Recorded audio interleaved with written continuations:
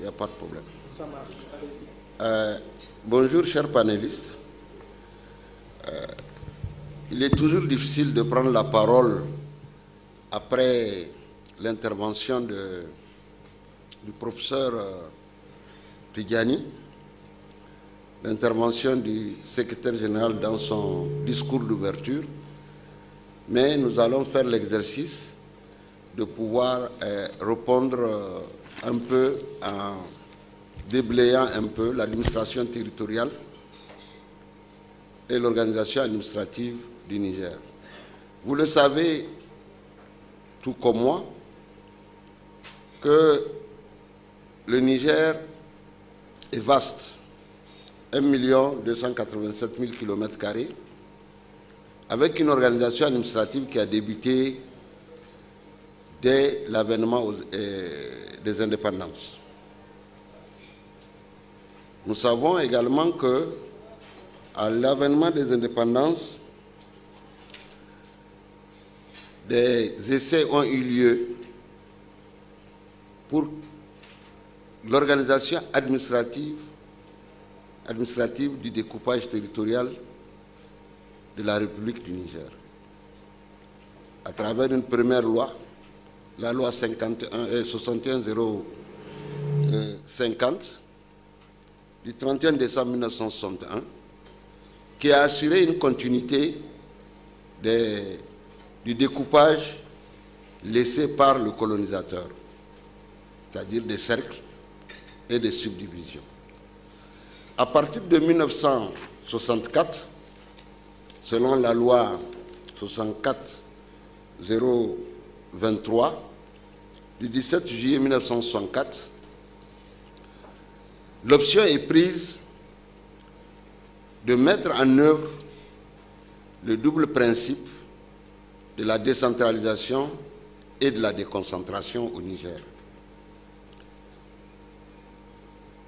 Dans l'application de cette loi, il a été programmé la création de 7 départements, 32 arrondissements, 120 à 150 communes, mais dans l'application de ce programme, seules 21 communes ont vu le jour jusqu'en 1988. Et la proposition, suite à un rapport qui a été élaboré et présenté au gouvernement en mars 1996, une réforme a été proposée qui s'inspirait de la loi 104-023 et poussait le découpage administratif du Niger en 8 régions, 55 départements, 155 arrondissements et 774 communes.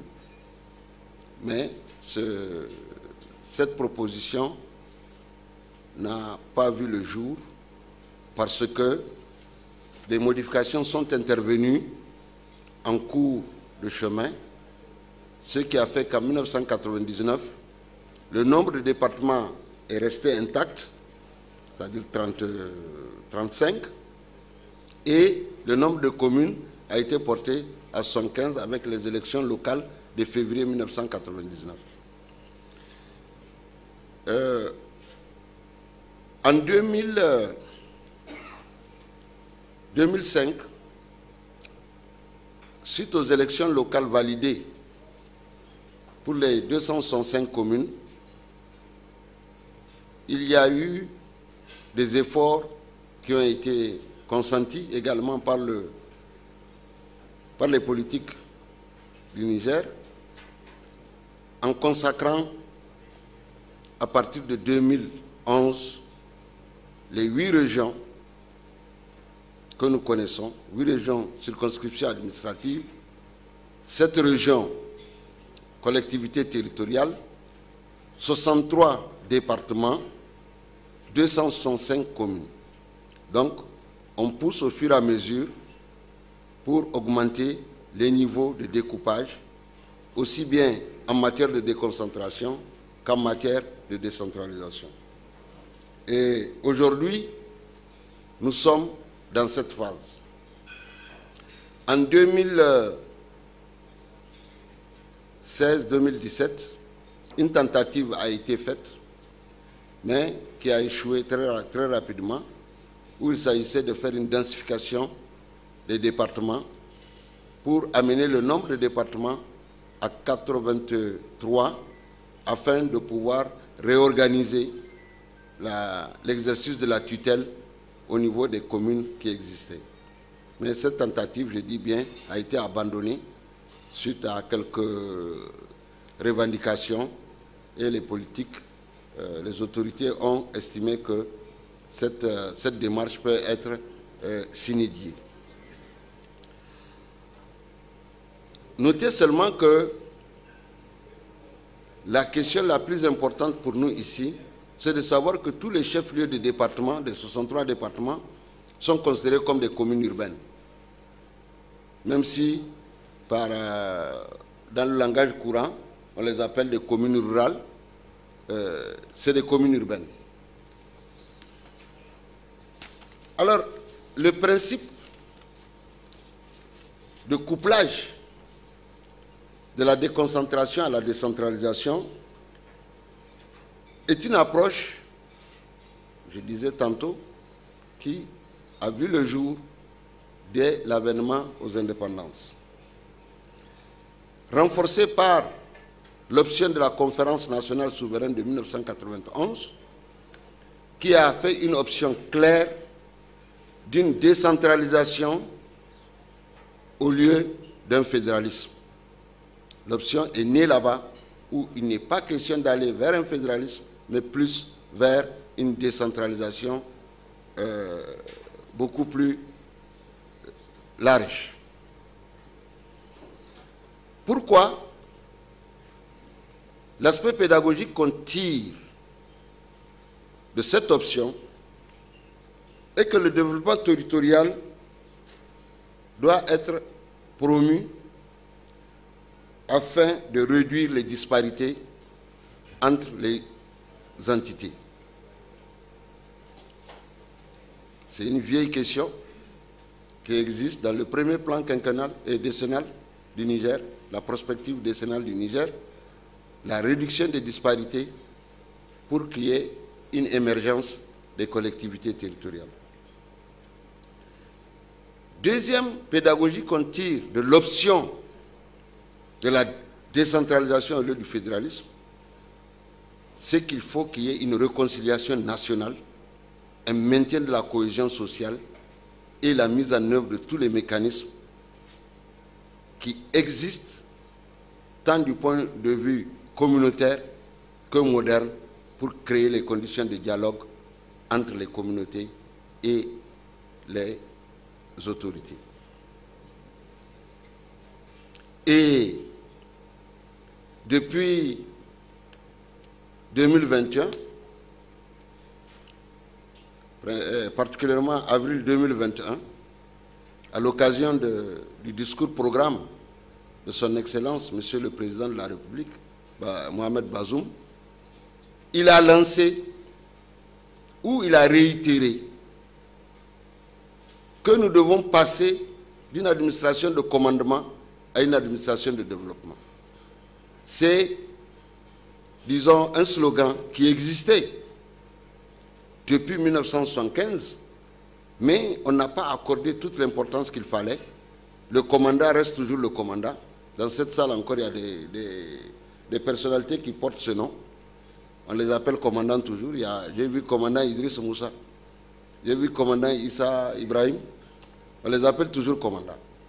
Or, on devrait se départir de cette appellation afin de créer les conditions d'un vrai développement au niveau territorial. La gestion de notre pays du point de vue territorial a été certes marquée par des efforts qui ont été déployés pour mettre en œuvre le processus de la réforme administrative territoriale. l'adoption de plusieurs documents stratégiques permet d'affirmer cette assertion, notamment la politique nationale en matière de décentralisation, l'adoption du décret relatif à la déconcentration en République du Niger,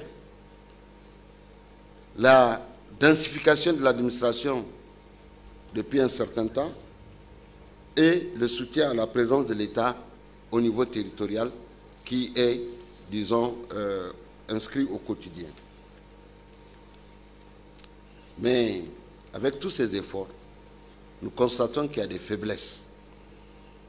Nous constatons qu'il y a des faiblesses parce que la raison d'être d'une administration territoriale est de conduire le développement territorial durable dans le double but voulu par l'État et les collectivités territoriales à travers l'organisation d'une ingénierie territoriale adaptée aux spécificités de chaque entité.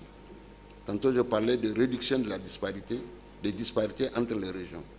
Or, nos régions ont le caractère d'être spécifiques, chacune selon sa composante géographique, démographique, territoriale, etc., etc.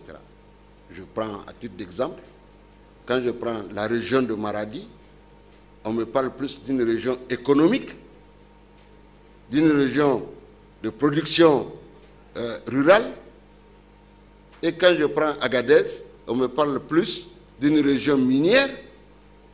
Donc, vous voyez cette disparité-là, il faut qu'on puisse niveler le niveau de développement pour ces régions afin qu'une région ne se sente pas en retard par rapport aux autres régions. Offrir un service public de qualité dans les secteurs de la sécurité, sécurité intérieure et sécurité extérieure, de la production et d'accès aux services sociaux de base. Nous allons voir pourquoi. Tout à l'heure, on va citer les conséquences de l'inexistence d'une telle mesure. L'insuffisance de l'administration territoriale participe à une certaine décrépitude au sein de nos collectivités territoriales, notamment l'absence de professionnalisme. On a dit aujourd'hui nous sommes en train de nous laver, comme dit l'adage, quand on se lave, on ne se protège pas le nombril. C'est-à-dire qu'on ne doit pas se voiler la face, ni avoir une langue de bois. L'administration territoriale souffre d'absence de professionnalisme.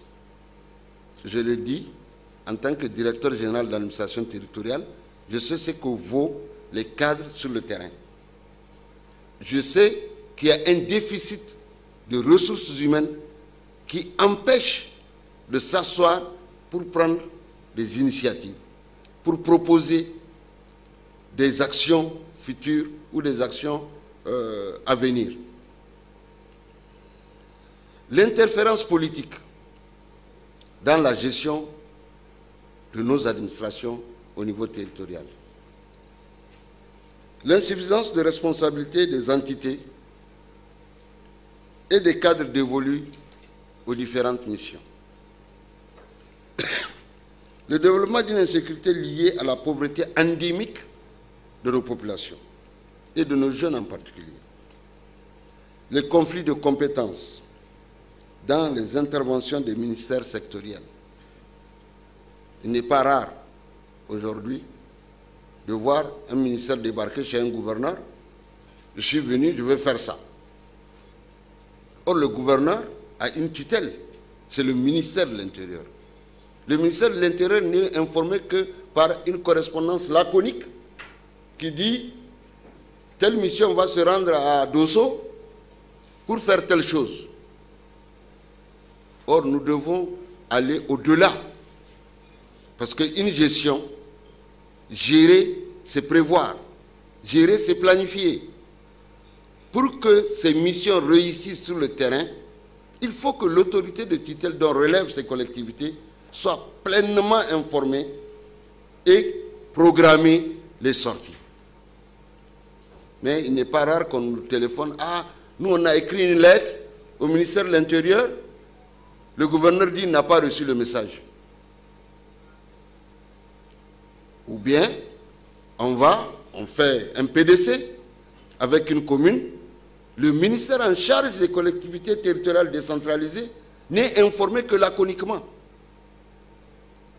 De telle sorte que, et le préfet, et le gouverneur, et le préfet, qui sont les autorités de tutelle, ne sont informés que de manière vraiment détournée. Seul le maire est pleinement conscient de ce qu'il est en train de faire et comment l'exercice de la tutelle pourrait se faire quand il est sous-informé par rapport à de telles actions importantes. Il faut qu'on change le comportement de la relation entre collectivités territoriales et niveau central.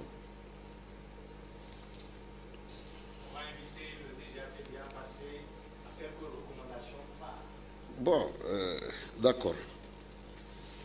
Donc, comme il me bouscule, l'ami Narcisse, on va aller karma aux attentes. C'est tout. Une administration territoriale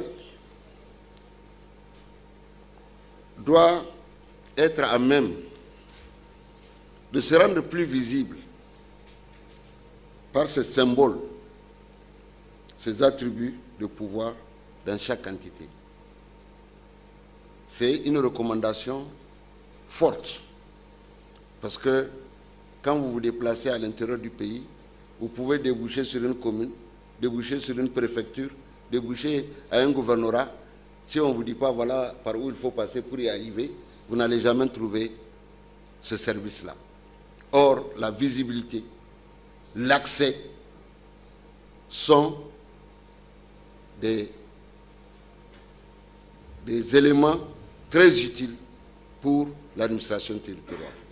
Le citoyen qui ne sait pas où s'adresser aura toujours des problèmes pour utiliser ces services.